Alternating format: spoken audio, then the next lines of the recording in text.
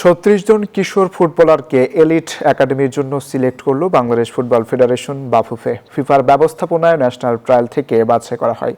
বাছাই করা ফুটবলারদের নিয়ে নতুন পাইপলাইন তৈরির কথা জানিয়েছেন বাফুফের অনূর্ধ্ব-15 চেয়ারম্যান মঞ্জুরুল করিম। এ সময় তাদের শৃঙ্খলা ও শিক্ষার উপর মনোযোগ বাড়ানোর কথা বলেন বাফুফের সদস্যরা।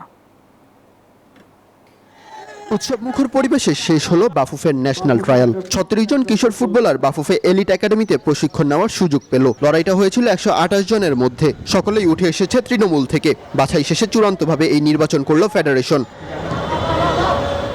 নির্বাচিত খেলোয়াড়দের হাতে ইয়েস কার্ড তুলে দেন কোচ ও বাফুফের কর্মকর্তারা। এর মধ্য দিয়ে কিশোরদের খেলার অঙ্গনে খুলল নতুন সম্ভাবনার দুয়ার। আগামীতে আরও বেশি সংখ্যক খেলোয়াড়কে এই প্রক্রিয়ার আওতায় আনা হবে বলে জানান বাফুফের অনূর্ধ্ব-15 এর চেয়ারম্যান মঞ্জুরুল করিম। ভবিষ্যৎ প্লেয়ারের পাইপলাইন তৈরি করার জন্য আমাদের প্রেসিডেন্ট জনাব তাবিদ আওয়াল সাহেব যেটা খুঁজছিলেন সেটাই উনি আজকের আমি মনে করি আমাদের ধাপ শেষ হয়েছে। যেহেতু আমাদের সারা বছর থাকবে ইনশাল্লাহ, আমি মনে করি আমাদের প্লেয়ারের অভাব হবে না। এদিকে কিশোর খেলোয়াড়দের শুধুমাত্র ফুটবল নয়, শিক্ষা ও শৃঙ্খলার দিকেও গুরুত্ব দেওয়ার আহ্বান জানিয়েছেন বাফুফের সদস্যরা। এরপর এখন আমাদের আবার চলমান কিন্তু আন্ডার 17 থেকেও আমরা আন্ডার 20, 23 প্লেয়ার আমরা ইনশাল্লাহ পেয়ে যাব। নির্বাচিত হওয়ার পর বাফুফের প্রতি কৃতজ্ঞতা প্রকাশ করেন তরুণ ফুটবলাররা। এরকম ফ্যাসিলিটি যদি থাকে, শুধু খাওয়া দাওয়া সুযোগ সুবিধা রেখে আমাদেরকে দীর্ঘ 8 দিন তারা অনেক কষ্ট করছে।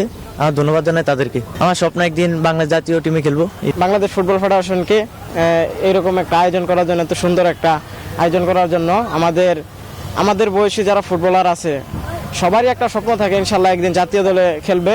ট্রায়াল থেকে উঠে আসা ফুটবলাররা আন্তর্জাতিক অঙ্গনে লাল সবুজের পতাকা উড়িয়ে দেশের নাম উজ্জ্বল করবে, এমনটাই প্রত্যাশা বাফুফের কর্মকর্তাদের।